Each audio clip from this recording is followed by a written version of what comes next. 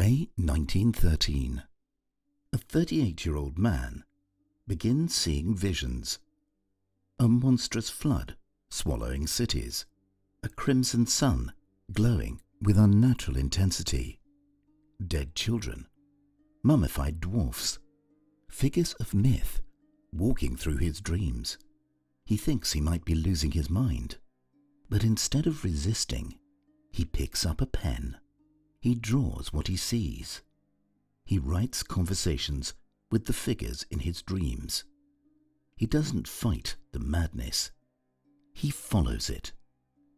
And what looked like a breakdown became the beginning of something else. A record of his descent, so vivid, so strange, it would one day be known as the Red Book. A text that helped lay the foundation of depth psychology and changed the way we understand the human mind. Jung's method was simple but terrifying. Don't run from suffering. Listen to it. Because what feels like destruction might be an invitation. You're doing everything right. You're following the plan. You said the right things. You worked hard. You stayed kind. And yet, life still hurts. The relationship falls apart. The job feels empty. The mirror shows someone you barely recognize. You're not alone. Suffering is universal. It shows up in different clothes. Loss, failure, loneliness, doubt. But it visits everyone. The contradiction is sharp. Some people break under pressure. Others grow stronger. Same pain, different outcome. Why? Carl Jung didn't see suffering as failure. He saw it as a signal. Not a punishment, but a message. To Jung, suffering wasn't random. It had a direction. And that direction, if you had the courage to follow it, pointed straight to the parts of yourself you were avoiding.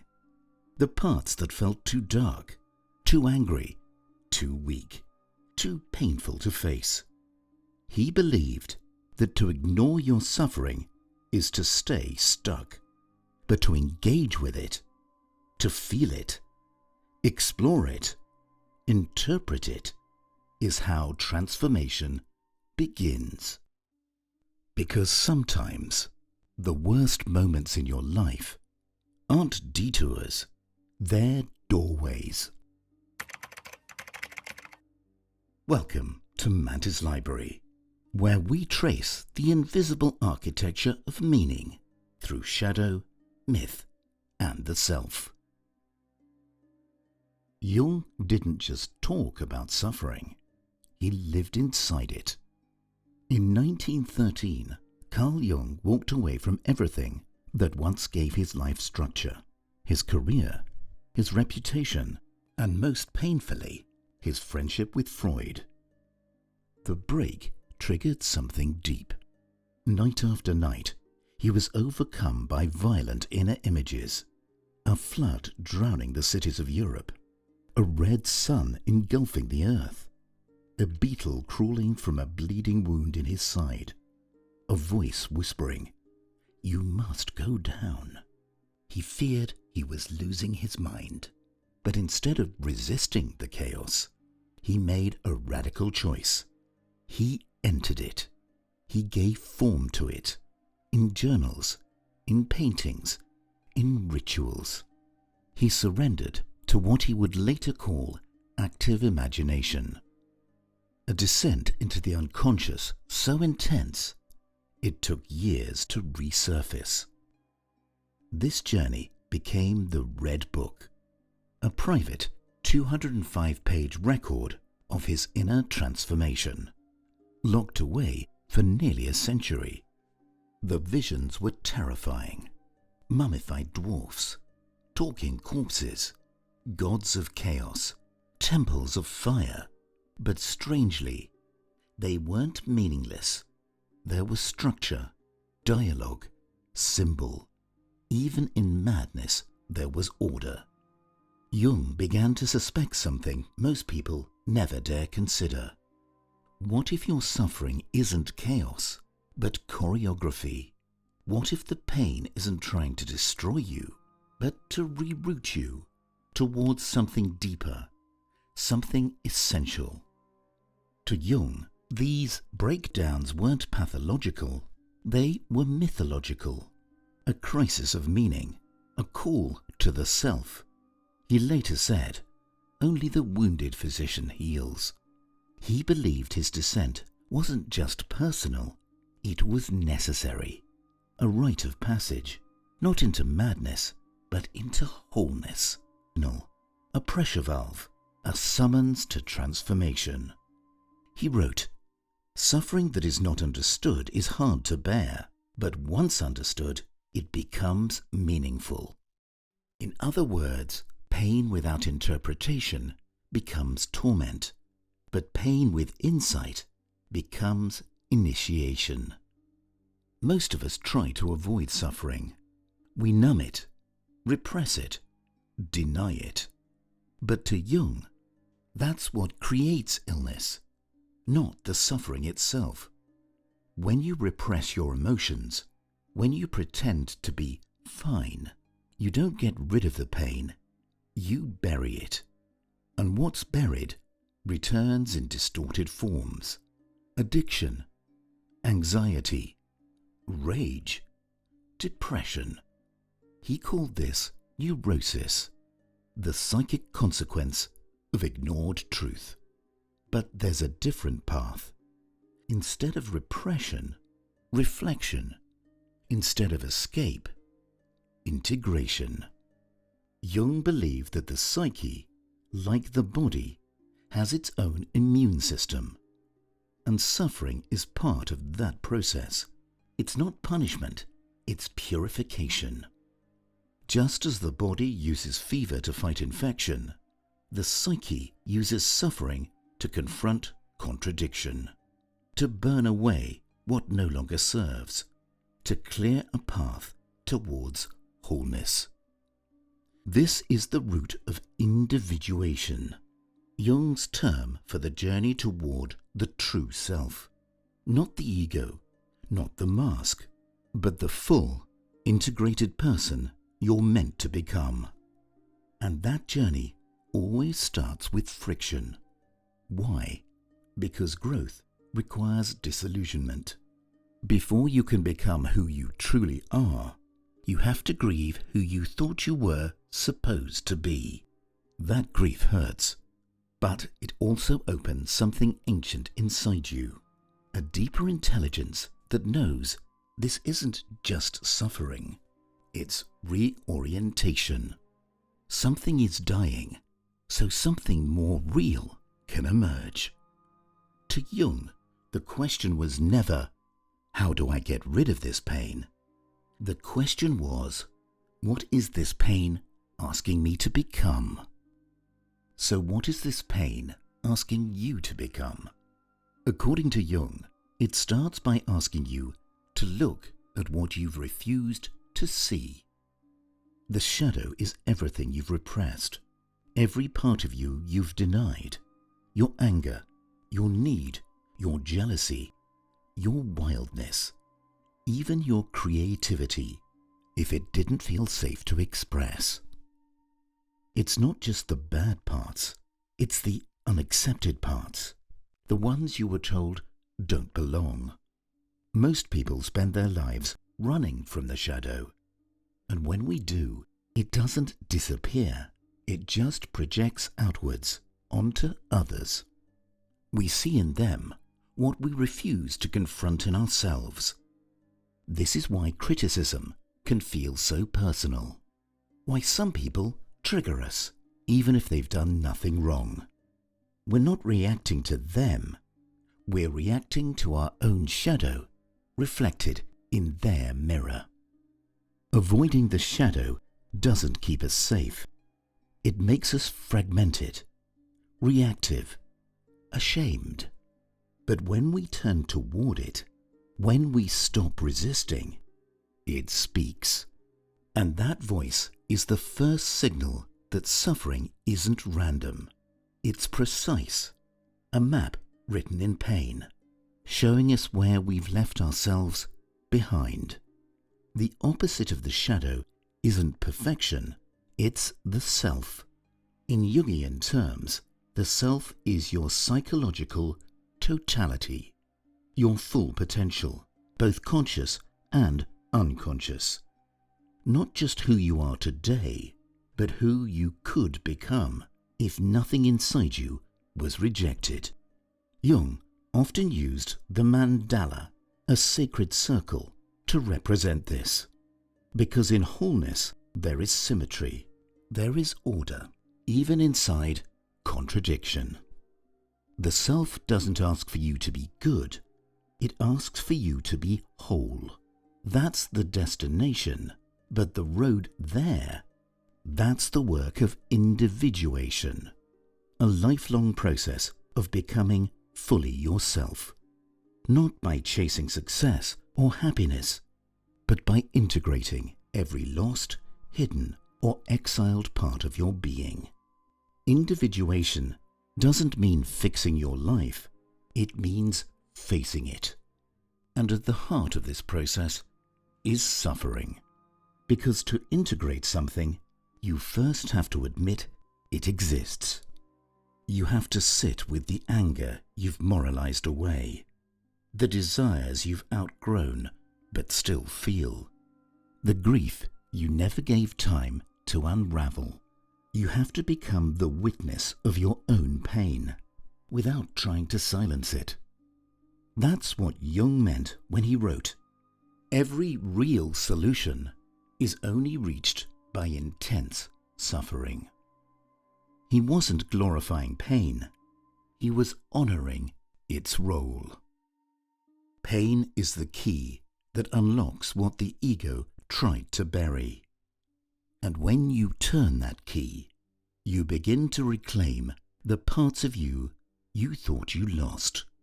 So what if your suffering isn't proof you're broken, but evidence that your shadow is trying to speak? What if your pain isn't an obstacle, but an invitation to wholeness? In today's world, suffering is often treated like a bug in the system. You're anxious, medicated, burned out, take a weekend off, depressed, reframe your thoughts. But Jungian philosophy doesn't aim to fix symptoms. It listens to them, not as malfunctions, but as messages. Traditional symptom-based therapy asks, how do we remove this pain? Jungian analysis asks, what is this pain trying to say? Because to Jung, symptoms aren't meaningless. They're encrypted signals from the psyche. Dreams, mood swings, anxiety, insomnia, all of them are symbols, coded patterns, pointing toward something within that hasn't been integrated. This is the foundation of depth psychology. It doesn't treat the mind like a machine, it treats it like a myth in progress. So what does that actually look like? 1. Shadow work. The first tool is confrontation. Journaling without a filter, asking, what do I envy? What makes me furious? Who do I secretly judge? And why? These aren't surface questions, they're entry points. Every answer is a fragment of your shadow waiting to be seen. 2. Active imagination. The second tool is engagement. Jung didn't just write about his unconscious, he spoke with it. He gave form to his inner figures. The Red Book is filled with dialogues between Jung and imagined voices, each one representing parts of his psyche. In modern practice, this becomes inner dialogue, not as fantasy, but as therapy, speaking with fear, drawing your rage, naming the inner critic. You're not pretending, you're integrating. 3. Dreams as portals. Jung called dreams the royal road to the unconscious. They're not random. They're symbolic stories your psyche tells you night after night about what you refuse to face. A snake in your dream may not be a threat. It might be a symbol of transformation. A house falling apart. Maybe it's your persona, the version of you that no longer fits. The goal isn't to interpret dreams like puzzles. It's to dialogue with them. Every tool Jung developed was rooted in one central belief. The psyche is trying to heal itself, but we have to meet it halfway. Take Anna, 34-year-old marketing executive. She has everything the world told her to want. A high salary, a designer apartment, a promotion on the horizon. But every morning she woke up numb. Then came the insomnia, the exhaustion, finally, the panic attacks. Traditional therapy focused on stress management. It helped slightly, but the pain kept returning. So she went deeper. In shadow work, she uncovered something unexpected. Buried rage toward her father. She'd never allowed herself to feel it, because it didn't fit the high-functioning persona she'd built. Through journaling and active imagination, that suppressed anger began to speak, not just about her father, but about her entire life path. She wasn't exhausted because she was weak. She was exhausted because she was misaligned. She didn't need more resilience. She needed redirection.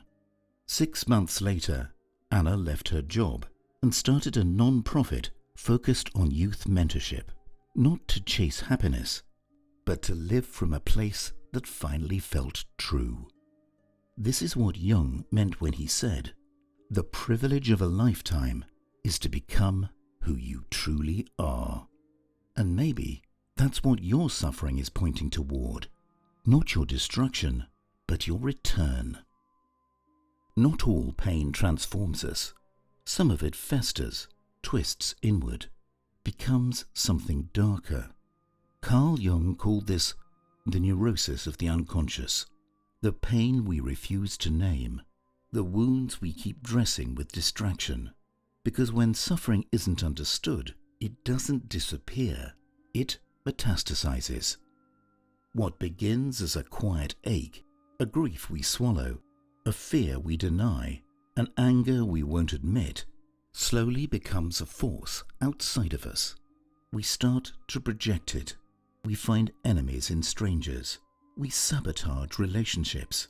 We pick fights with the world when really we're at war with ourselves. Jung warned that repression always finds a way out, but not on our terms. This is where breakdowns happen, not because the pain is too big, but because we've ignored it for too long. Addiction, numbness, and false identity. We reach for substitutes, alcohol, perfectionism, overwork, control. Not to feel alive, but not to feel at all. This is what Jung meant when he said, "Until we make the unconscious conscious, it will direct your life, and you will call it fate." In trying to outrun our wounds, we create identities built on avoidance, polished, efficient, empty. And the worst part? It works until it doesn't. Resistance is the real enemy. Pain rarely breaks us, but our resistance to pain, our refusal to sit with it, that's what drives us into fragmentation. We become divided. Parts of us live in exile, buried beneath years of denial. And without meaning, pain multiplies itself. Jung believed that the psyche will do whatever it takes to become whole. even if it means tearing through your persona, even if it means collapse. Because sometimes the only way forward is through the fire we've spent our whole lives avoiding. In the Red Book, after nights of torment, visions of blood, betrayal, and collapse, Jung describes something unexpected: the rising of a red sun. Not soft, not gentle, but alive and present. As if, on the far side of madness, there was meaning waiting. Not the end of pain, but the beginning of purpose. Modern wisdom puts it simply: nothing changes until it hurts enough. But Jung would go further. He believed suffering wasn't a mistake, it was a message. Not a punishment, but instruction. A precise signal from the self, calling you to realign your life with what is real. And this is the paradox.